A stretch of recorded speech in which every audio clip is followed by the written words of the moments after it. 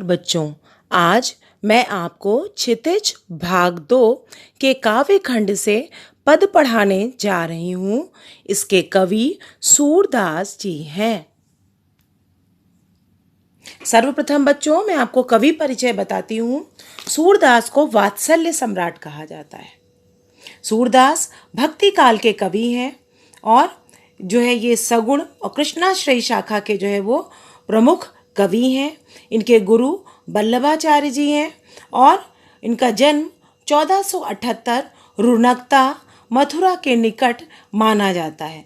कुछ लोग दिल्ली के निकट सीही नामक स्थान पर मानते हैं। इनकी प्रमुख रचनाएं हैं सूरसागर, साहित्य लहरी, सूर सारावली और इनकी मृत्यु 1583 में पारसौली नामक स्थान पर हुई। अब हम परिचय बताते हैं सर्वप्रथम आपको कि पद सूरदास के काव्य सूरसागर में संकलित भ्रमर गीत से लिया गया है। इसमें गोपियों की विरह व्यथा का वर्णन किया गया है। कृष्ण के अभिन्न मित्र उद्धव गोपियों के लिए प्रेम संदेश के स्थान पर योग का संदेश लाते हैं। इससे गोपियां अत्यंत आहत होती हैं। गोपियां उद्धव पर कटाक्ष करती हैं। उद्धव योग और ब्रह्म के ज्ञाता हैं। वे प्रेम से अनभिज्ञ हैं।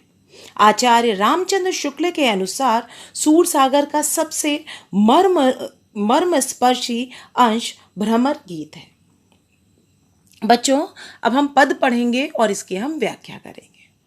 उद्धव तुम हो बड़ भागी। ठीक है, इसमें गोपियां उद्धव पर कटाक्ष कर रही हैं कि हे उद्धव आप अत्यंत भाग्यशाली हो, अर्थात आप भाग्यहीन हो। और क्यों कह रही हैं आगे देखिए। अपरस रहत स्नेह तगाते। क्या अपरस का तात्पर्य निर्लिप्त होना, कि आप क्या है कि जो है स्नेह के बंधनों से जो है वो निर्लिप्त रहे, अर्थात स्नेह या प्रेम के बंधनों में नहीं बंधे हैं। नहीं न मन अनुरागी, और आपके मन में क्या है प्रेम का भाव नहीं है। पुरैन पात रहत जल भीतर। बच्चों पुरैन कहते हैं कमल को, पात मतलब पत्ता। ठीक है, और पुरैन पात रहत जल भीतर, कि कमल का पत्ता क्या है जल के भीतर रहता। तारस देह न दागी, और उसके ऊपर क्या है जल की एक बूंद भी नहीं टिकती है। उसी प्रकार से क्या है उद्धव आप भी हैं। आगे गोपियों उदाहरण देते हुए कहती हैं, जो जल माह तेल की गागरी बूंदी न ताको लगी, कि जिस प्रकार से जल में जो है तेल लगी गगरी को डुबोया जाता है तो उसमें पानी की एक भी बूंद नहीं जो है टिकती है। उसी प्रकार से है उद्धव आप भी हैं कि कृष्ण के समीप रहते हुए भी आप पे जो है उनके प्रेम का कोई भी प्रभाव नहीं पड़ा है।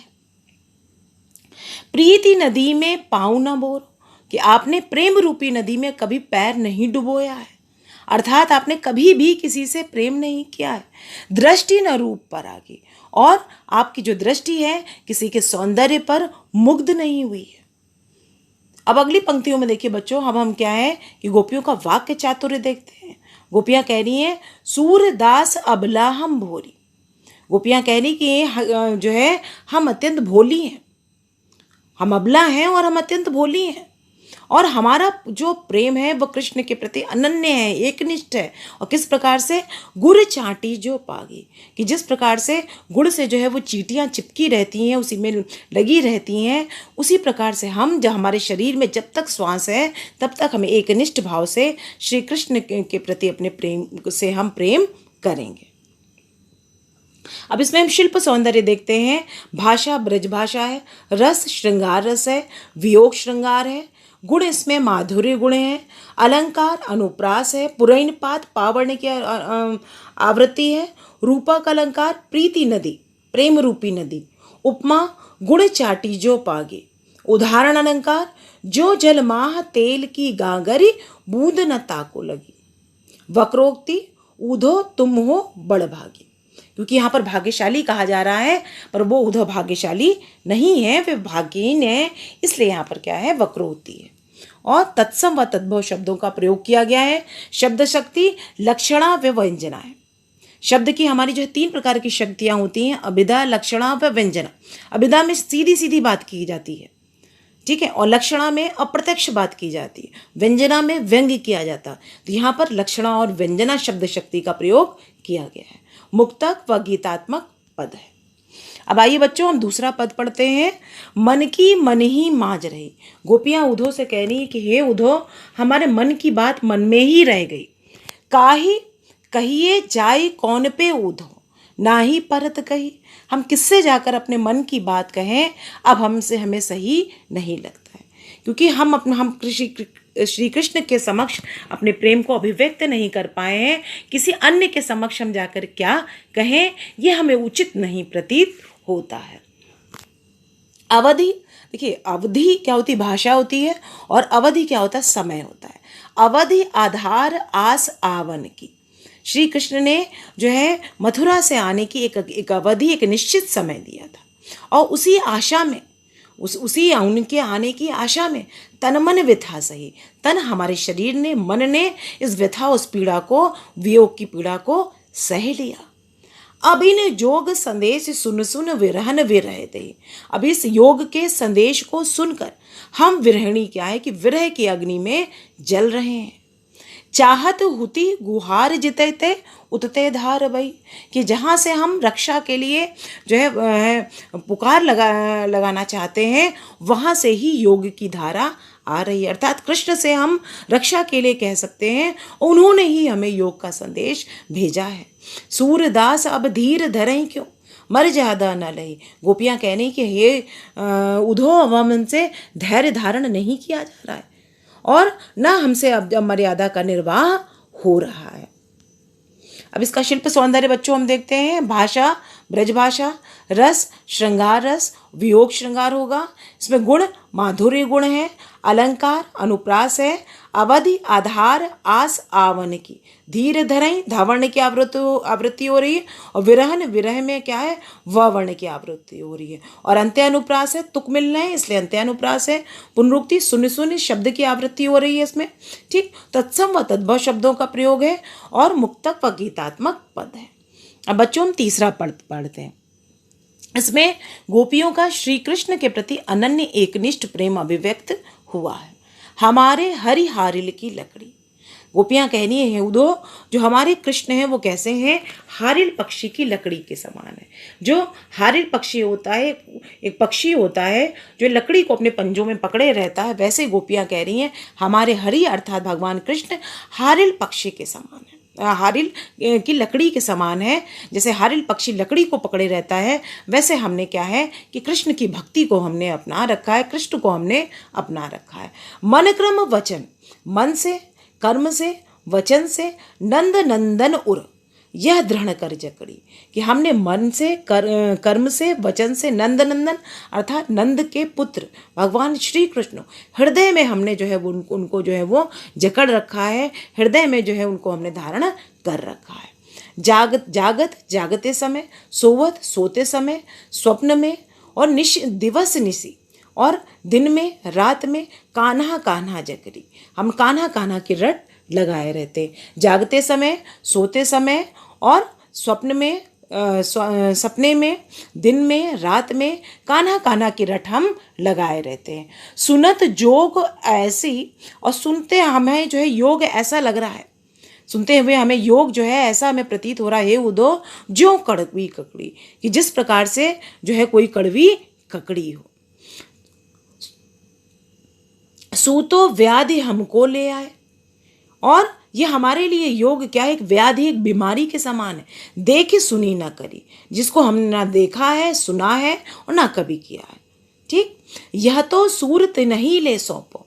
गोपियां उधो से कह रही कि हे उधो, आप उन्हीं को सौंप दो जिनके मन चक्री, जिनका मन जो है चक्री के समान है, चंचल है, अस्थिर है। अब इसका शिल्प सौंदर्य बच्चों हम देखते हैं। भाषा ब्रज भाषा, रस श्रृंगार रस, और इसमें वियोग श्रृंगार होगा, और गुण माधुर्य गुण, अलंकार अनुप्रास होगा। हमारे हरि हारिल हावर्ण की आवृत्ति है, और नंद नंदन में जो है नावर्ण की आवृत्ति है, और अंत्य अनुप्रास है, पंक्ति के अंत में तुक मिल रहा है। पुनरुक्ति प्रकाश है, कान्हा कान्हा, उत्प्रेक्षा ज्यों करवी ककड़ी, ठीक। और तत्सम व तद्भव शब्दों का प्रयोग है। शब्द शक्ति में लक्षणा व व्यंजना शब्द शक्ति का प्रयोग है, और मुक्तक गीतात्मक पद है। अब बच्चों अंतिम पद को हम पढ़ रहे हैं। हरि है राजनीति पढ़े हैं। गोपियों ने कृष्ण से जो है ये अपेक्षा की थी कि वे प्रेम संदेश को जो है भेजेंगे, और जो गोपियाँ कृष्ण के विरह में व्यथित थी उनको इस पीड़ा से मुक्ति मिलेगी। और उसके स्थान पर जो उद्धव होते हैं वो योग का संदेश लाते हैं। तो उनको योग के संदेश को सुन करके जो है गोपियाँ क्या कहती हैं, हरि है राजनीति पढ़िया है, कि उद्धव हमें भली भांति पता हो गया है कि भगवान कृष्ण ने राजनीति पढ़ ली है। समझ बात मधुकर के समाचार सब पाए। मधुकर उद्धव के लिए कहा जा रहा है कि हमने उद्धव के द्वारा जब सारे समाचार सब पाए, उद्धव के द्वारा जब हमने सारे समाचार को जो है जान लिया है, श्री कृष्ण का समाचार जान लिया है, और यह जान लिया है कि उन्होंने प्रेम के स्थान पर योग का जो है संदेश या योग हमारे लिए भेजा है। एक अति चतुर हुते पहले थे। एक तो वो पहले से ही चतुर थे, अब गुरु ग्रंथ पढ़ा है। अब उन्होंने क्या है, गुरु ग्रंथ पढ़ लिया है, अर्थात वो पहले से और ज़्यादा चतुर हो गए हैं। बड़ी बुद्धि जानी जो उनकी बढ़ी हुई बुद्धि है उद्धव हमने जान ली है कि जो उन्होंने योग के संदेश को भेजा है, क्योंकि ये बहुत श्री कृष्ण बहुत भली भांति जानते हैं कि हम उनसे अनन्य एकनिष्ठ प्रेम करते हैं। उनको उनके प्रेम का त्याग करके किसी अन्य को हम नहीं अपना सकते हैं, योग के संदेश को हम नहीं अपना सकते हैं। तब भी उन्होंने जानबूझकर जो है वो योग का संदेश भेजा है।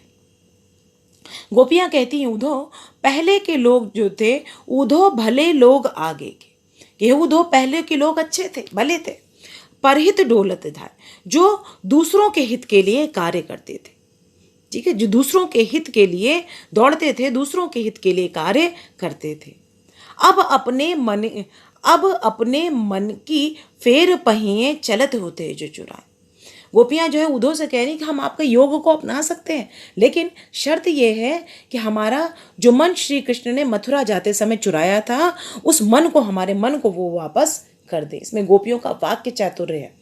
तय क्यों अनीति करें, वो हमारे पर क्यों अनीति अन्याय कर रहे हैं, आप हमारे पर वो क्यों अनीति कर रहे हैं, अन्याय कर रहे हैं। जे और अनीति छुड़ाए, क्योंकि वो राजा हैं तो लोगों को अनीति से, अन्याय से जो है वो मुक्ति दिलाते हैं, तो हमारे प्रति वो क्यों अन्याय कर रहे हैं।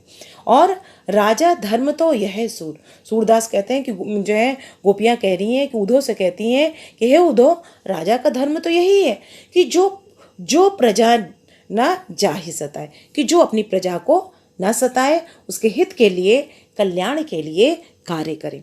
अब बच्चों इसका शिल्प सौंदर्य हम देखते हैं। भाषा ब्रज भाषा है, रस इसमें श्रृंगार रस है, वियोग श्रृंगार है, गुण इसमें माधुर्य गुण है, अलंकार अनुप्रास है, समाचार सब में सावर्ण की आवृत्ति है, गुरु ग्रंथ में गावर्ण की, बड़ी बुद्धि में बावर्ण की आवृत्ति है, और अंत्य अनुप्रास है, पंक्ति के अंत में तुक मिल रहा है, शब्द शक्ति लक्षणा व व्यंजना है, तत्सम व तद्भव शब्दों का प्रयोग किया गया है, मुक्तक गीतात्मक पद है। बच्चों, मैं आशा करती हूँ कि चारों पद आपको भली भांति समझ में आए होंगे। धन्यवाद।